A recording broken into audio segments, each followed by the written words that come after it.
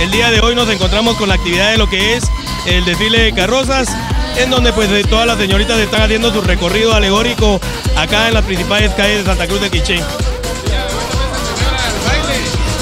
Sí, claro que sí, el día de hoy pues estaremos celebrando lo que es el baile en honor a cada una de las señoritas que están participando en este magno evento. Invitamos a toda la población en general a que nos acompañe. El único requisito es llegar con traje formal y pues con las ganas de poder ir a apoyar y a conocer a cada una de las candidatas.